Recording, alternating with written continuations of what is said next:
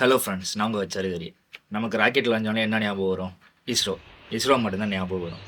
ஆனால் இந்தியன் விண்வெளி ஹிஸ்டரியிலேயே ஒரு பிக்கஸ்ட் கேம் சேஞ்சு நடந்திருக்கு. அதுதான் ஸ்ரீஹரிகோட்டாவில் வந்து விக்ரம் 1 சக்ஸஸ்ஃபுல்லாக ஸ்பேஸில் அதோட லோ எர்த் ஆர்பிட்டை ரீச் பண்ணியிருக்கு. Why is this so special அப்படின்னு நீங்கள் கேட்கலாம். ஏன்னா அது கவர்மெண்ட் ப்ராஜெக்டில் உருவாக்கப்பட்ட ராக்கெட் கிடையாது. முழுக்க முழுக்க இந்தியாவை சேர்ந்த ப்ரைவேட் ஸ்டார்ட் அப் கம்பெனி உருவாக்குன ராக்கெட் தான் அது. அமெரிக்காவோட ஸ்பேஸ் எக்ஸ் பற்றி நம்ம எல்லாருக்கும் தெரியும். அதே மாதிரி தான் இந்தியாவோட ப்ரைவேட் ஸ்பேஸ் உருவாயிருக்கு அப்படின்னு சொல்கிறாங்க. ஓகே, இந்த விக்ரம் ராக்கெட் யார் பில்ட் பண்ணனா? ஸ்கைரூட் ஏரோஸ்பேஸ் அப்படிங்கிற ஒரு ப்ரைவேட் ஸ்டார்ட் அப் கம்பெனி. விண்வெளி ஆராய்ச்சியை கவர்மெண்ட் மட்டும்தான் பண்ண முடியும்னு இருந்த உடனே நம்மளோட யங்கஸ்ட் இந்தியன் டீம் டோட்டலாக பிரேக் பண்ணியிருக்காங்க.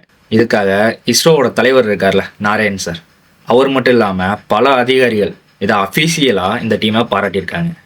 இதோட சக்ஸஸ்னால உலக நாடுகளெல்லாம் இந்தியாவோட ப்ரைவேட் டெக்னாலஜியை பார்த்து மிரண்டு போய் நிற்கிது. Huge respect to the team. இந்த ராக்கெட்டுக்கு ஏன் விக்ரம்னு பேர் வச்சாங்க தெரியுமா?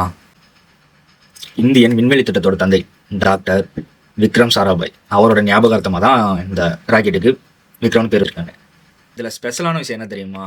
இதோட இன்ஜின் பார்ட்ஸ் இருக்குல்ல, அதை 3D பிரிண்டிங் டெக்னாலஜியை பயன்படுத்தி உருவாக்கியிருக்கா அப்படின்னு சொல்கிறாங்க. நார்மலாக ஒரு ராக்கெட்டோட இன்ஜின் செய்யறதுக்கு பல மாதம் ஆகும்னு சொல்கிறாங்க.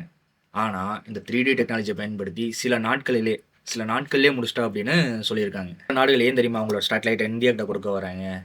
ஏன்னா வேர்ல்டு கண்ட்ரீஸ்லேயே நம்ம தான் லோவஸ்ட் காஸ்ட்டில் விண்வெளிக்கு அனுப்பிட்டு இருக்காங்க. சேம் இந்த விக்ரம் 1 ராக்கெட்டும் அதே பிஸ்னஸ் ஸ்ட்ராட்டஜியை தான் கையில் எடுத்திருக்கு. சின்ன சைஸ் சேட்டலைட்லாம் இருக்குங்களா, அதெல்லாம் ரொம்ப குறைவான காஸ்ட்லையும் மிக குறைவான நேரத்துலையும் கொண்டு போகிறதுக்கு ஹெல்ப் பண்ணு சொல்லியிருக்காங்க. எனக்கு தெரிஞ்சு வேர்ல்டில் பல ப்ரைவேட் கம்பெனியெல்லாம் அவங்களோட சேட்டலைட் அனுப்புறதுக்கு இந்தியாக்கிட்ட க்யூவில் நிற்க போகிறாங்கன்னு நினைக்கிறேன். அமெரிக்காவோட ஸ்பேஸ் எக்ஸ் மாதிரி இந்தியாவோட அந்த ஸ்கைரூட் விண்வெளி சாம்ராஜ்யத்தை ஆள போகுதா?